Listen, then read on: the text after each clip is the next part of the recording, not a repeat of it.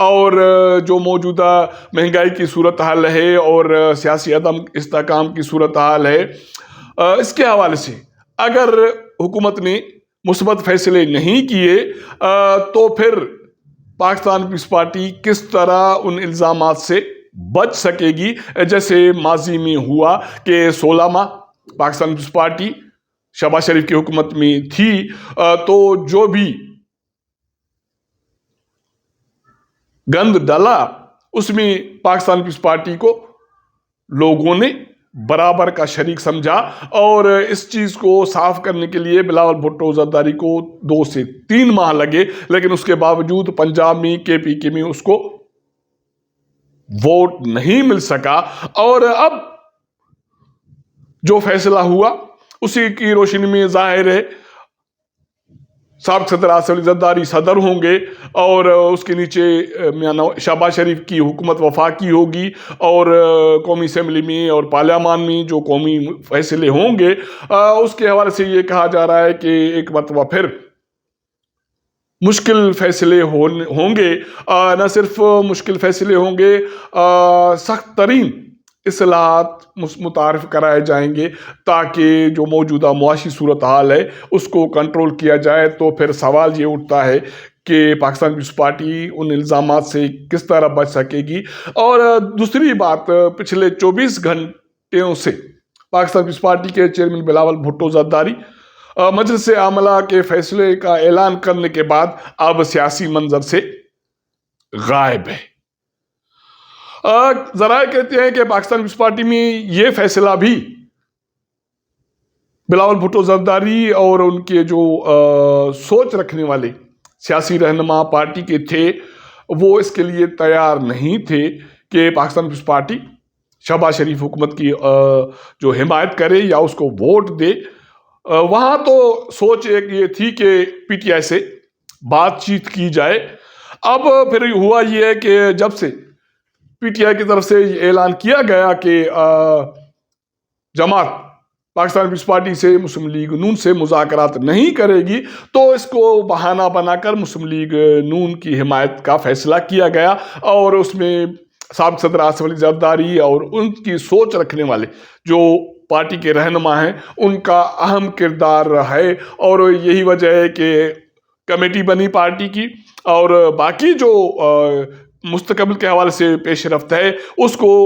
بلاول بھٹو زرداری کے بجائے سابق صدر آصف علی زرداری خود ہینڈل کر رہے ہیں۔ اور یہی وجہ ہے کہ چودھری شجاعت حسین کے رہائش گاہ پر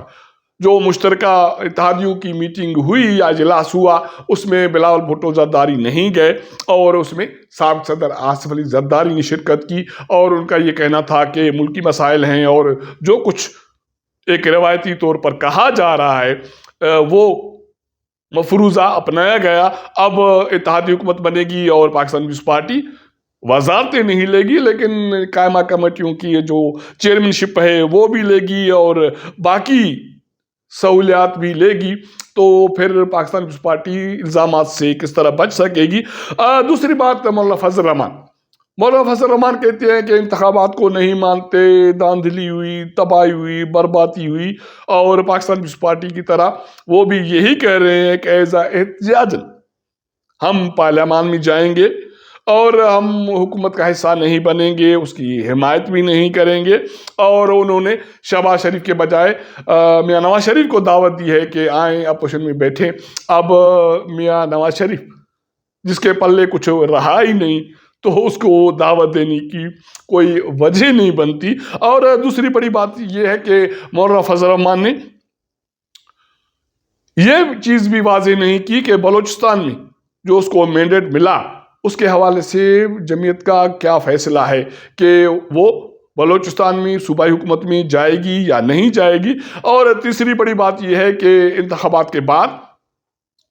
JUI نے سندھ میں ایک احتجاج کا سلسلہ شروع کیا تھا۔ پہلے سڑکیں بلاک کی گئیں، اس کے بعد الیکشن کمیشن آف پاکستان کے دفاتر کے باہر احتجاج کا سلسلہ شروع کیا گیا۔ اب اس حوالے سے یہ کہا جا سکتا ہے کہ غیر اعلانیہ طور پر اس احتجاج کو ختم کیا گیا، اور یہ تو دھمکی ضرور دے دی گئی کہ آئندہ ہم اب سخت فیصلے کرنے جا رہے ہیں کہ جمعیت انتخاباتی عمل میں مستقبل میں آئے یا نہیں آئے، اور ایک مستقل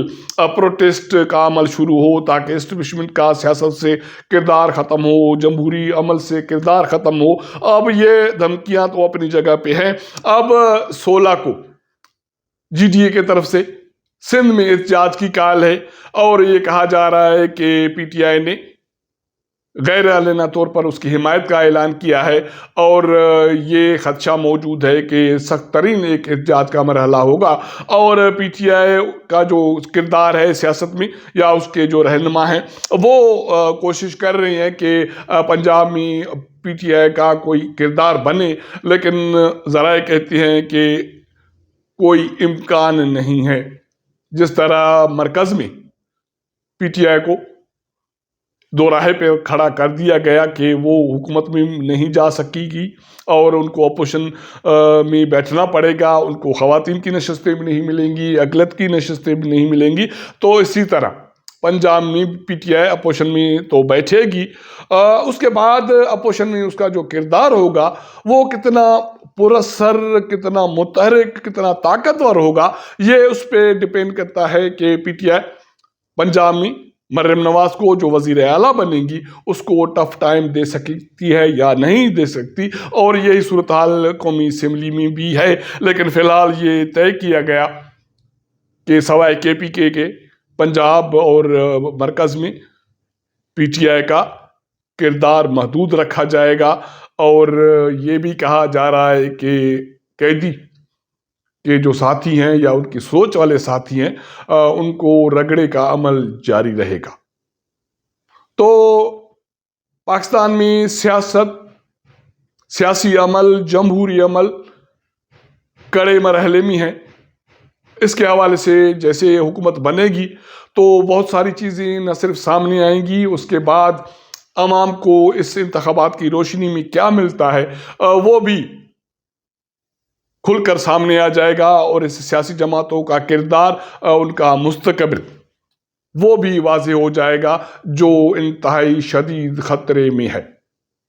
اب تک کے لیے اتنا۔ اگر ہمارا یہ ولاگ آپ کو پسند آئے تو اپنے دوستوں کے ساتھ ضرور شیئر کیجیے گا، اپنا فیڈ بیک دیجیے گا۔ آپ کے ساتھ ملاقات کریں گے اگلے پروگرام میں، تب تک اجازت دیجیے گا۔ اللہ حافظ۔